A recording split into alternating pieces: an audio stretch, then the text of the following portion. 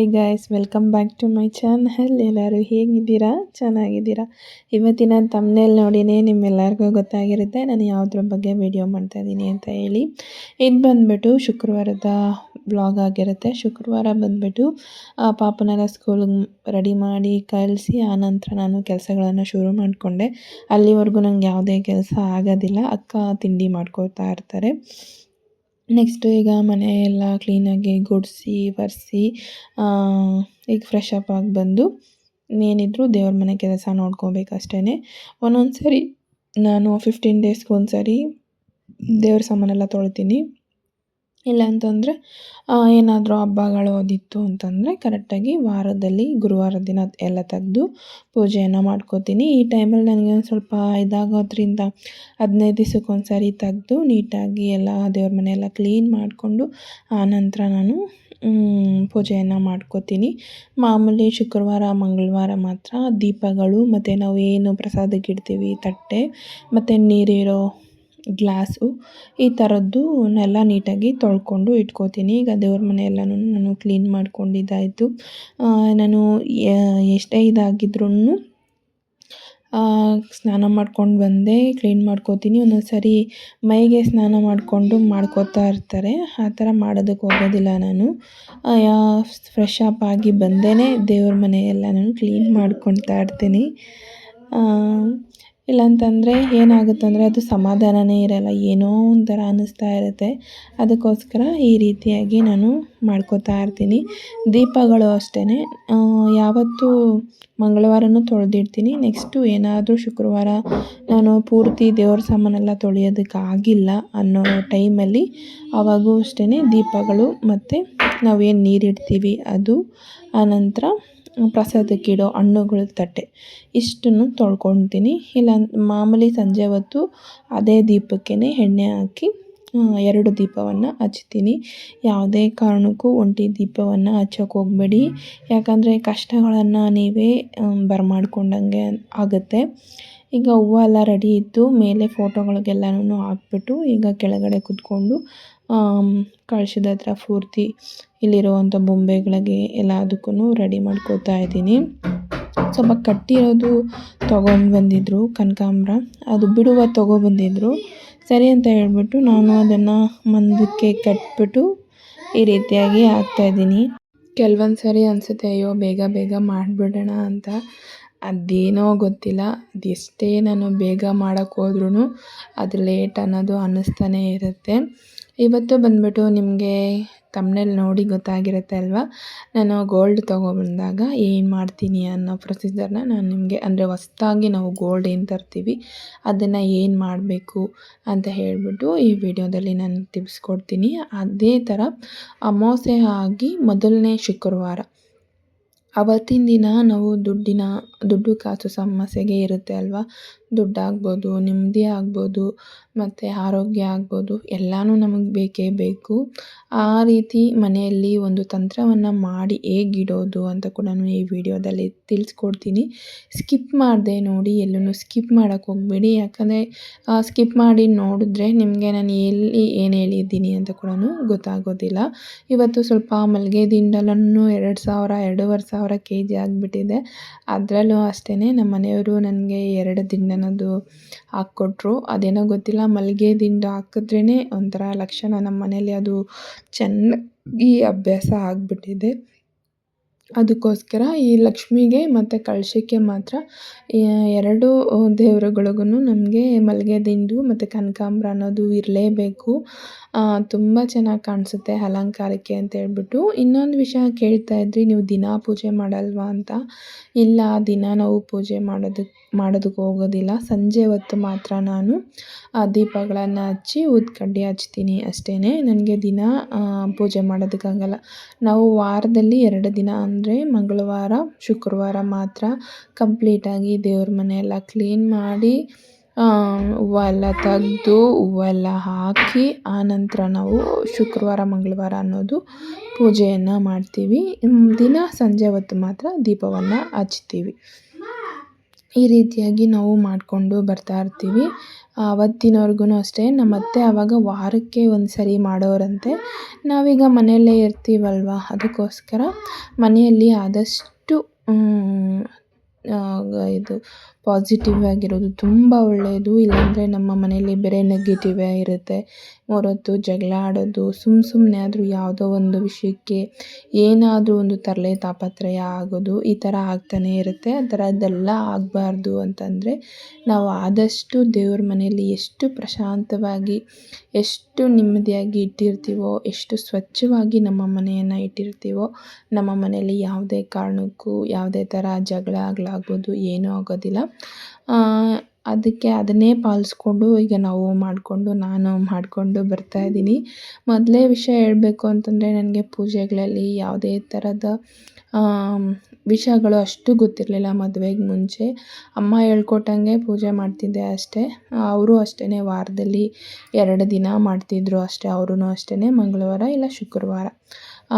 ಇಲ್ಲಿ ಬಂದ್ರೂ ಅದೇ ಥರನೇ ಇತ್ತು. ಆಮೇಲೆ ಒಂದಿನಕ್ಕೆ ಎಲ್ಲ ನಾವು ಈಗ ನೆಟ್ವರ್ಕ್ ಇರೋದ್ರಿಂದ ಪ್ರತಿಯೊಂದನ್ನು ನಮಗೆ ಫೋನಲ್ಲಿ ಸರ್ಚ್ ಮಾಡಿದ್ರೆ ಸಾಕು ಎಲ್ಲ ತಿಳ್ಕೊಂಬಿಟ್ಟಿರ್ತೀವಿ. ಗೊತ್ತಾಗುತ್ತೆ ಅಲ್ವಾ, ಆ ಥರ. ನೆಕ್ಸ್ಟು ಬಂದುಬಿಟ್ಟು ಎಲ್ಲ ಹೂವು ಎಲ್ಲ ಇಟ್ಟಿದ ನಂತರ ದೀಪಗಳಿಗೆ ಅರಿಶಿನ ಕುಂಕುಮನೂ ಇಟ್ಟಿದ್ದಾಯಿತು. ಈಗ ಹೂವು ಎಲ್ಲ ಇಟ್ಬಿಟ್ಟು ಲಕ್ಷ್ಮಿ ಮುಂದೆ ಕುಬೇರನ ರಂಗೋಲಿಯನ್ನು ಹಾಕ್ಕೊಳ್ತಾ ಇದ್ದೀನಿ. ಇವಾಗ ಹಾಕಿ ಮತ್ತು ನಾನು ನೆಕ್ಸ್ಟು ಮಂಗಳವಾರ ಏನಾದರೂ ಪೂಜೆ ಮಾಡಬೇಕಾದ್ರೆ ಮಾತ್ರ ಅದನ್ನು ಅಷ್ಟೇ ನಾನು ಕ್ಲೀನ್ ಮಾಡ್ಕೊಳ್ಳೋದು. ಇದನ್ನು ಎಲ್ಲನೂ ಎಲ್ಲ ಹಾಕ್ತೀರಾ ಅಂತ ಕೇಳೋದಾದರೆ ನಮ್ಮ ತೋಟದ ಹತ್ರ ಜಾಗ ಇದೆ, ಅಲ್ಲಿ ತೊಗೊಂಡೋಗ್ಬಿಟ್ಟು ಹಾಕ್ತಾರೆ. ನನ್ನ ದೇವ್ರ ಮನೇದು ಏನಿದೆಯೋ ಪ್ರತಿಯೊಂದೂ ತೊಗೊಂಡೋಗಿ ಒಂದು ಕವರ್ಗೆ ಹಾಕಿಟ್ಟಿರ್ತೀನಿ. ನಮ್ಮ ಮಾವ ತೊಗೊಂಡೋಗಿ ಹಾಕ್ತಾರೆ ಅವರು. ಈಗ ರಂಗೋಲಿಯನ್ನು ಬಿಟ್ಕೋತಾ ಇದ್ದೀನಿ. ಮೊದಲು ಚಕ್ರದ ರಂಗೋಲಿ ಎಲ್ಲ ಹಾಕ್ತಾಯಿದ್ದೆ. ಈಗ ಸದ್ಯಕ್ಕೆ ಇಷ್ಟೇ ಸ್ವಸ್ತಿಕ್ಕು ಮತ್ತು ಕುಬೇರನ ರಂಗೋಲಿಯನ್ನು ಹಾಕ್ಕೊಳ್ತಾ ಇರ್ತೀನಿ.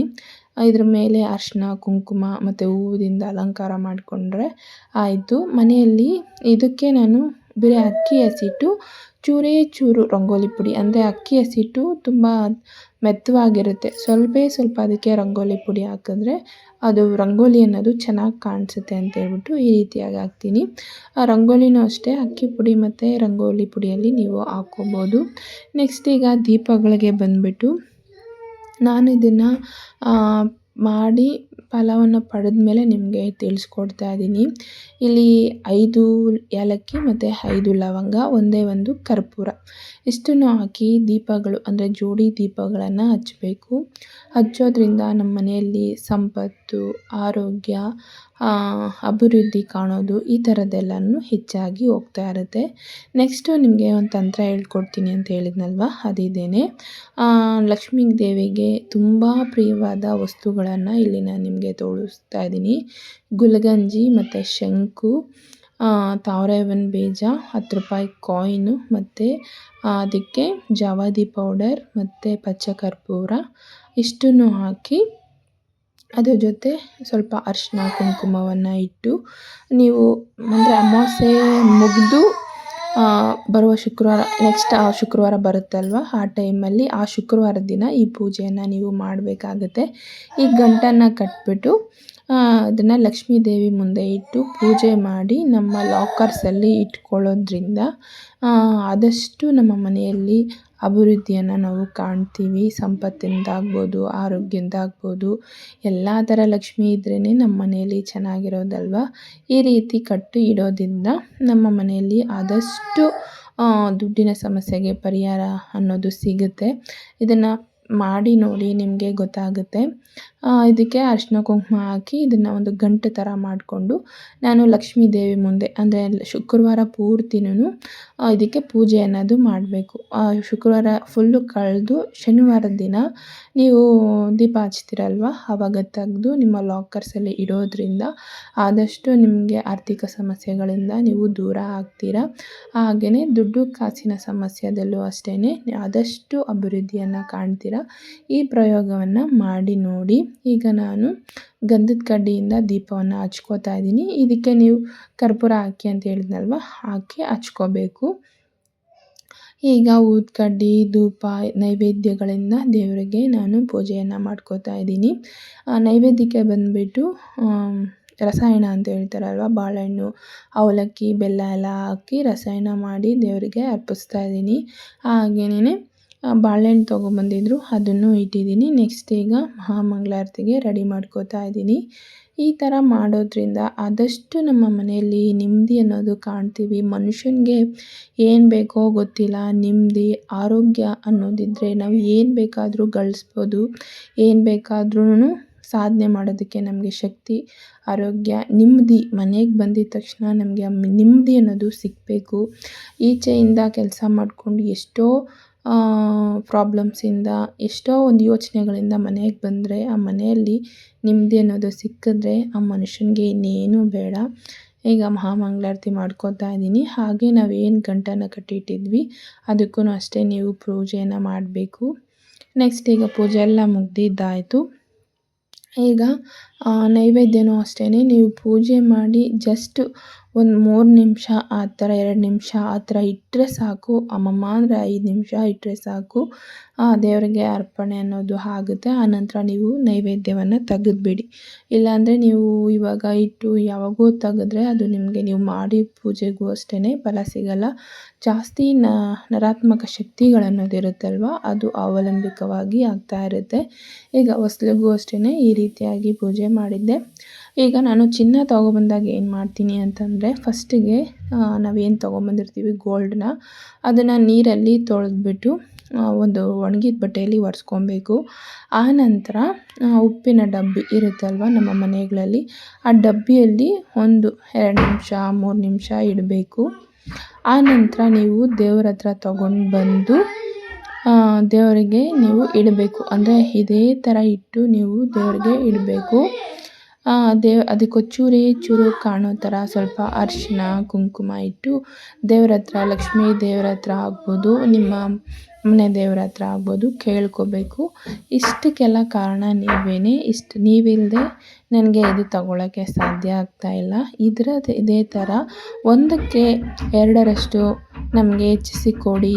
ಇದರಿಂದ ನಮಗೆ ನಾಳೆ ದಿನ ಪ್ರತಿಯೊಂದಕ್ಕೂ ಯೂಸ್ ಆಗೋ ಥರ, ಅಂದರೆ ಏನೇ ಒಂದು ಕಷ್ಟಕ್ಕಾಗ್ಬೋದು ಆಗೋ ಥರ ಮಾಡಿ, ಇದು ನಮ್ಮ ಕೈಯಲ್ಲೇ ಇರೋ ಥರ ನಿಲ್ಲೋ ಥರ ಮಾಡಿ ಅಂತ ದೇವ್ರ ಹತ್ರ ನಾವು ಪ್ರಾರ್ಥನೆ ಮಾಡಬೇಕು. ಈ ರೀತಿ ನಾವು ಯಾವುದೇ ಒಡವೆಗಳು ತಂದಾಗ ನಾವು ಈ ರೀತಿ ಮಾಡೋದ್ರಿಂದ ಆ ಒಡವೆಗಳು ನಮಗೆ ಯಾವತ್ತಿಗೂ ಅಷ್ಟೇ ಬೇಗ ಕಳೆಯೋದಿಲ್ಲ, ಆದಷ್ಟು ನಮ್ಮ ಮನೆಯಲ್ಲಿ ಇರುತ್ತೆ.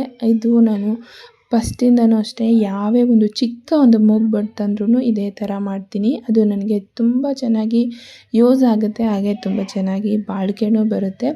ಈ ರೀತಿಯಾಗಿ ನಾನು ಚಿನ್ನ ತೊಗೊಂಡು ಬಂದರೆ ಈ ರೀತಿ ದೇವರಲ್ಲಿ ಪ್ರಾರ್ಥನೆ ಮಾಡ್ಕೋಬೇಕು. ಇದು ನಿನ್ನಿಂದ ಸಾಧ್ಯ, ಇದು ನೀನೇ ಕೊಟ್ಟಿದ್ದು, ಇದಕ್ಕೆ ಇನ್ನಷ್ಟು ಜಾಸ್ತಿ ಆಗೋ ಥರ ಮಾಡಪ್ಪ ಅಂತ ದೇವರಲ್ಲಿ ಕೇಳ್ಕೊಬೇಕು. ಈ ಒಂದು ಪುಟ್ಟ ವ್ಲಾಗ್ ನಿಮ್ಮೆಲ್ಲರಿಗೂ ಇಷ್ಟ ಆಗಿದ್ದರೆ ಪ್ಲೀಸ್ ಲೈಕ್ ಮಾಡೋದನ್ನು ಮರಿಬೇಡಿ. ಹಾಗೆ ನನ್ನ ಚಾನಲಲ್ಲಿ ನಾನು ಡೈಲಿ ವ್ಲಾಗ್ಸ್, ನನ್ನ ಲೈಫ್ ಸ್ಟೈಲ್, ನನಗೆ ಗೊತ್ತಿರೋ ಅನುಭವ ಮತ್ತು ನನಗೆ ಗೊತ್ತಿರುವಂಥ ವಿಷಯಗಳನ್ನು ನಿಮ್ಮ ಜೊತೆ ಶೇರ್ ಮಾಡ್ತಾ ಇರ್ತೀನಿ. ಅದಕ್ಕಾಗಿ ನನ್ನ ಚಾನಲನ್ನು ಸಬ್ಸ್ಕ್ರೈಬ್ ಮಾಡಿ. ಮತ್ತು ಸಿಗೋಣ ಮುಂದಿನ ವ್ಲಾಗಲ್ಲಿ.